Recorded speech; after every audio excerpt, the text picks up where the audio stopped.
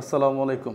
স্বৈরাচারী শেখ হাসিনার ব্লাউজের নিচে যেটা পরে সেইটা নিয়ে জনগণ জনগণ বলতে কি ইয়াং ছেলেপেলে এবং যারা বিয়ে শাদী করে নাই, যাদের ছোট কাপড়ের গন্ধ ভালো লাগে, বয়সটা তো ইয়াং আসলে, তো তারা ওইটা নিয়ে রাস্তার মধ্যে এসে বলতেছে এই যে নিছি 2 ফিতার যেটা। তো এইটা নেওয়াতে কিছু ভদ্র মানুষ বলতেছে যে লুটতরা শুরু হয়ে গেছে। আমি অবাক হয়ে গেলাম, এখানে লোটপাটের কি হইল?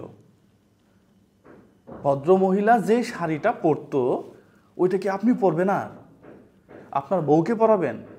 তাহলে সমস্যা কোথায়? নিচে বাচ্চা কাচ্চারা গন্ধ নিচ্ছে, দেখলাম কিছু কিছু ছেলে এরকম করতেছে, উল্লাস করতেছে। তো এখানে তো খারাপের কিছু আমি দেখলাম না। হ্যাঁ, আপনি বলতে পারেন যে সোবাজে নিয়ে গেল, মাছ ধরে নিয়ে গেল, কবুতর হাঁস মুরগি যা ছিল সব নিয়ে গেল। হ্যাঁ, এই জায়গাটাতে ঝামেলা আছে। ছাত্র জনতারা একটা সংঘবদ্ধ হয়ে ওই জিনিসগুলো আবার পাবলিক ফেরত দিচ্ছে, এগুলো আবার রাষ্ট্রীয় খাতে যোগ হবে। হাজার হাজার কোটি টাকা লুটপাট হয়ে গেছে। তারপরেও আপনি আমি এই জায়গাটাকে সাপোর্ট করতে পারি না। কিন্তু ছোট কাপড়ের বেলায় সাপোর্ট আপনি করতেই পারেন। দ্বিতীয় কথা হচ্ছে, থানাগুলাতে আগুন দিয়ে থানাগুলার অবস্থা অনেক জায়গাতেই শেষ করে ফেলছে। এই যে স্বৈরাচারী শাসক ব্যবস্থা পুলিশ প্রশাসনকে কাজে লাগায়ে আজকে পুলিশকে জনগণের এগেইনস্টে দাঁড় করাইছে। একটা কথা একেবারে স্পষ্টভাবে আপনাকে বলে দেই, যদি এই দেশে পুলিশ না থাকে, যদি এই দেশে পুলিশের শাসন আপনি করতে না দেন, একটা মানুষের জানমালের নিরাপত্তা থাকবে না, একটা মানুষেরও না। আপনি হয়তো উচ্ছ্বাস করে এখন পুরাই ফেলতেছেন, দেখেন উপর থেকে অর্ডার আসে। যারা পুলিশ কর্মকর্তা ছোট চাকরি করে, চাকরি বাঁচানোর জন্য সাধারণ মানুষের বুকে গুলি চালাইছে, এটা সত্য কথা। কিন্তু এটাও সত্য কথা, পুলিশ না থাকলে আপনার আমার অবস্থা খারাপ। এই জন্য পুলিশ ভাইদেরকে আপনারা সাহায্য করেন, পুলিশ ভাইকে সাহায্য করেন। এই যে পুরা পুলিশ সিস্টেমটা, এই অবকাঠামোটা আবার নতুন করে তৈরি করব আমরা ইনশাল্লাহ। তৃতীয় কথা হচ্ছে সংখ্যালঘুদের আক্রমণ। আপনার কাছে কি মনে হয়, এই যে স্বৈরাচারী শাসক যারা ছিল এদের বংশধর কি এখনো বাংলাদেশ থেকে চলে গেছে? ইন্ডিয়ার যে একটা প্রভাব ছিল চলে গেছে বাংলাদেশ থেকে? নো। কোনো মুসলিম ভাই, কোনো বিবেকহীন মানুষ, কোনো ছাত্র কোনো মন্দিরে গিয়ে কোনো সংখ্যালঘুর বাসায় আক্রমণ করতে পারে না, পারে না, কখনোই সম্ভব না। সিস্টেমে হচ্ছে এটা, দেশ বিরোধী একটা চক্রান্ত হচ্ছে, অন্য দেশকে জানায় দেওয়া হচ্ছে যে দেখেন সংখ্যালঘুর উপরে আক্রমণ শুরু হয়ে গেছে শেখ হাসিনা যাওয়ার পরেই। নো, যারা ভাবতো যে শেখ হাসিনা ছাড়া এই দেশ চলবে না, আমরা দেখাই দিব একজন মানুষ ছাড়া দেশটা কত সুন্দরভাবে সাজানো যায়, আমরা দেখাই দিব। শুধুমাত্র একটা কাজ করলেই হবে, বিশ্বাস করেন, এক সরকার 2 বারের বেশি থাকবে না।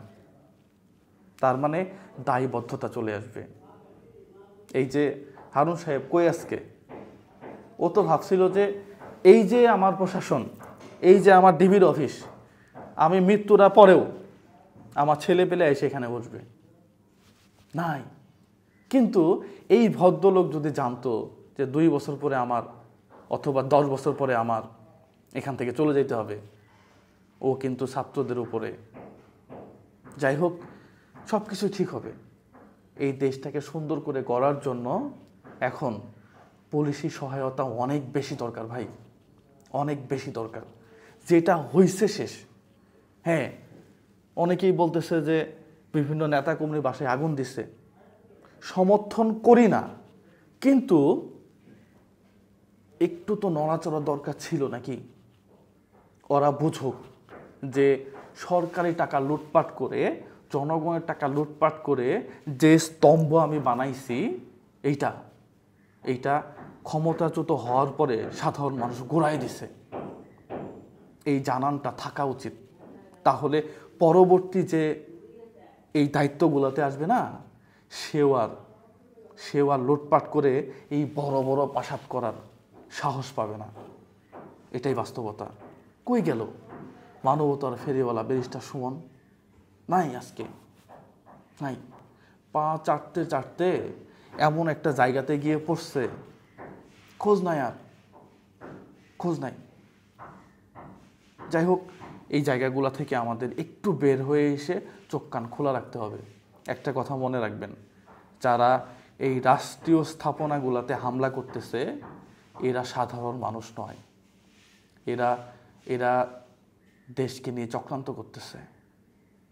এই হাসিনা যাওয়ার পরে এটা একটা চাল হইতে পারে।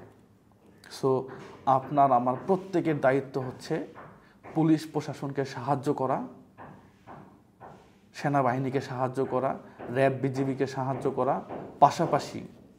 পাশাপাশি এই দেশটাকে আবার যেন নৈরাজ্যপূর্ণ কেউ না করতে পারে, সেই সুযোগ যেন কেউ না পায়, সেই দিকে লক্ষ্য রাখা।